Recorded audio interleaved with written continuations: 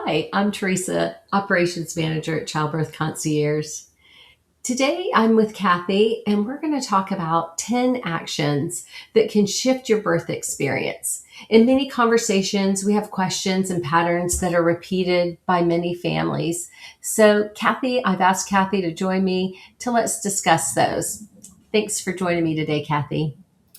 Glad to be here. Well, let's jump right in. So, number one, I've written these down, so let's go through those. The first thing is the first action that you should take is learn how your nervous system affects labor. Yeah. So that's a big one. So a lot of people hear about the oxytocin, right? That's considered the love hormone. That's actually what gets us to a state of being with child to then be ready to deliver a child. And so that oxytocin, when things are good, it's often known as the feel good, the bonding. But if we get into or approaching labor and we have a lot of fear, then the adrenaline kicks up and there's other hormone actions that actually can slow labor.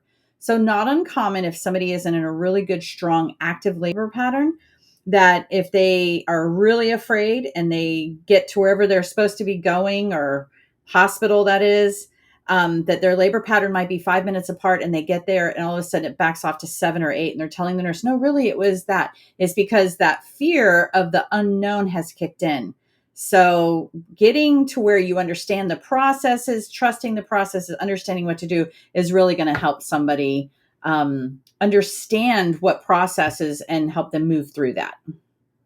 That's great because moms will say, well, I don't know these things because I've never been there before. I don't know what to expect. So it's very reasonable. Okay, Mhm. let's move right on to number two. Don't assume the hospital staff will guide you step by step. See, moms often ask, will my labor and delivery nurse be with me the whole time during labor? I think it's an understandable question. Kathy?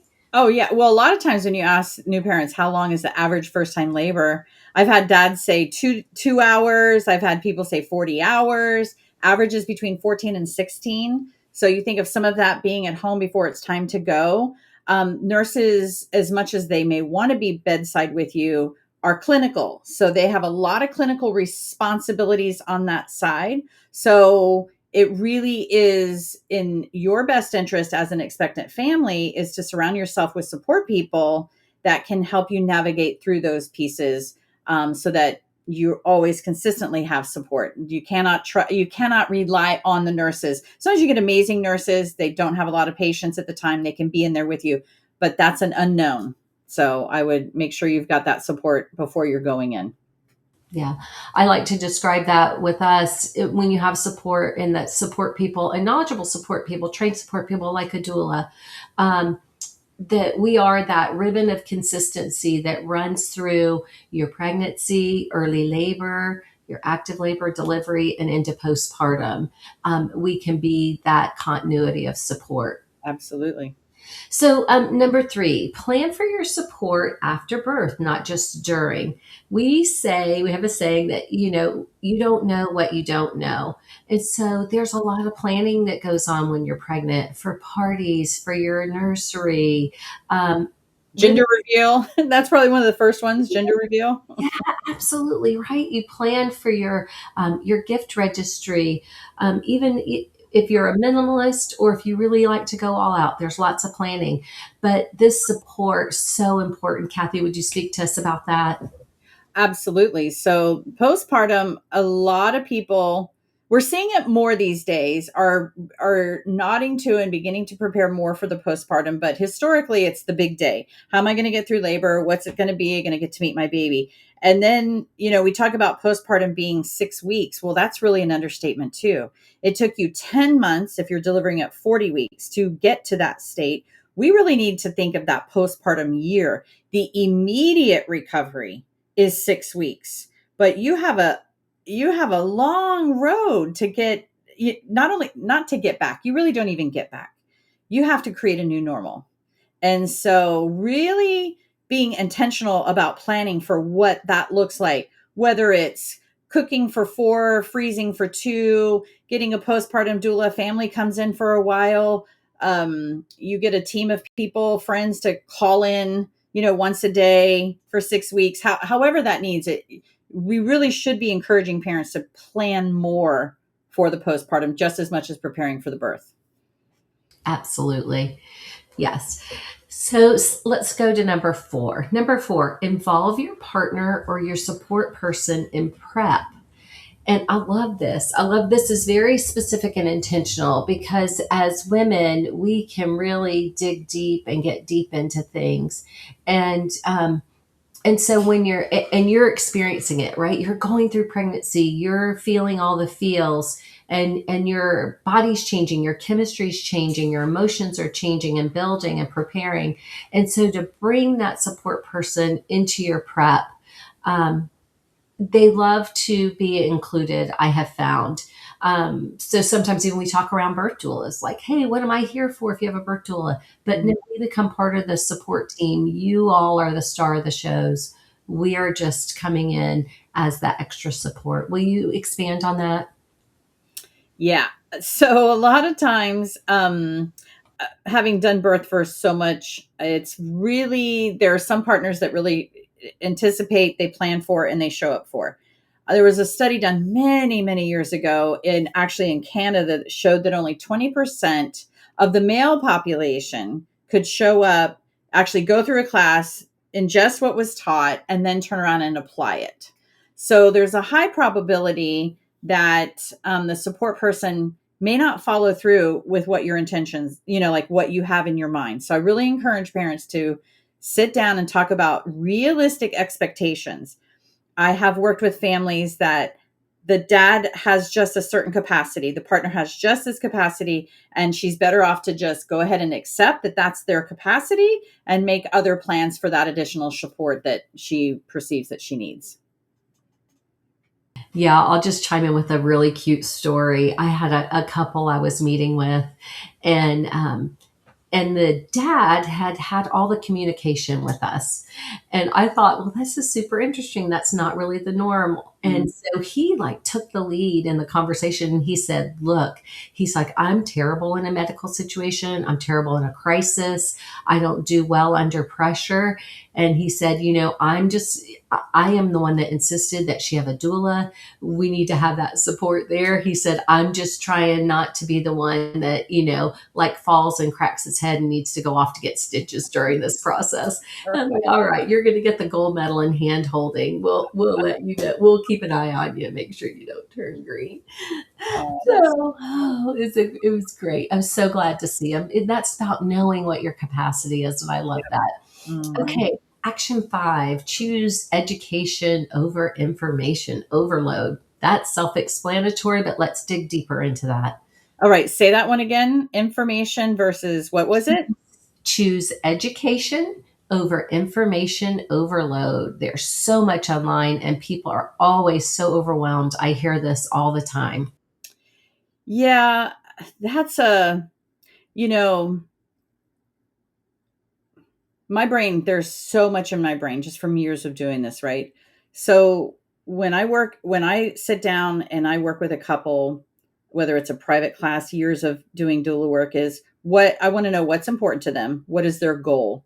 Because that's going to really, based on what your goal is, that's going to kind of give you a trajectory of where your education needs to be. It's always good to know stages and phases of labor. When do you call your provider? When is it go time? There's some of the basics in there, but then there's this whole all this other stuff that's around that, and being able to identify what is really important to me will then kind of predicate like, okay, this is the education that I need. And so education is really important. I mean, people go through labor all the time. We just really, without going to classes, but I always say, like, if you want to have an impact on a better outcome, whether it's C-section, whether it's vaginal, epidural, no epidural, education is the key to be better prepared. Absolutely. Yeah. Google isn't a birth plan. Chat's great. TikTok's a lot of fun. But a lot of interesting information, not customized to you. Yep. So let's keep that in mind. Okay, let's go to number 6. Speaking of birth plans, use your birth plan as a conversation tool, not a control plan. People get so nervous. We're list makers, a lot of A type personalities out there. Let me make my list. This is how it's going to go. This is exactly how I want it. Um, Yeah. Go So ahead, the, Kath. the big one on that one is um, nobody knows the outcome of this. Like, there's no way. So when you set yourself in very staunch, this is exactly how it's going to be, I think you set yourself up for the potential of being disappointed because there's just so many things that can transpire. I really like, you said it perfectly, communication tool. It goes back to the question of what we answered before. Know and have an idea of where you want to go and then kind of head towards that direction. A birth plan or a guide is simply that. I mean, we buy a ticket, we're going to fly to New York, right? We've got it. We've got a plan. But guess what? The plane was delayed coming where else. We get on the plane, then we might sit on the tarmac because there's weather bad in New York and we have to pace the time. There's all these variables that can happen.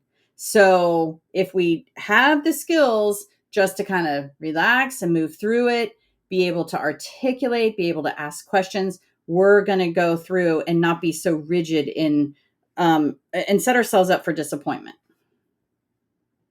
That's really good. Okay, so we talked a little bit before about postpartum and recovery and support. Let's just talk a little bit more about that because action number 7 is expand your idea of recovery beyond those 6 weeks. Oh gosh, yeah. And so, yeah, definitely. Your body, like I said before, takes 10 months to get to where you are. And really, when the baby is born, the mother is birthed as well. So these are new things, new journey, adjusting. And so that takes time, and you have to have a lot of grace with yourself. And you really do need to surround yourself with very supportive people. This is one of those things where everybody has an idea, everybody has I can't think of the word, advice, right? I tell parents, listen to it. If it sounds like it might be something you'll try it. If it works for you, great. If it doesn't, you could do the same thing for baby number 1 that you did for baby number 2, and it doesn't work. I'm a mother of 5. I can tell you very different personalities. So just setting your team up, who you're going to reach out to. And again, longer than the 6 weeks, months, months, time, parenthood. It's going to take time. So very important to look not just in the immediate 6 weeks, but even further down the line, what your system's going to look like. All right, action number 7. This comes out of a comment and question that I really get a lot. I like to ask families, how is it that you came to know that you wanted to have a doula, or how is it that that you want to consider having a doula? And this comes out of research. And so many of the moms come and they say, hey, I thought doula was like for a home birth or unmedicated birth. And so action number 8 is know that doulas support all kinds of births.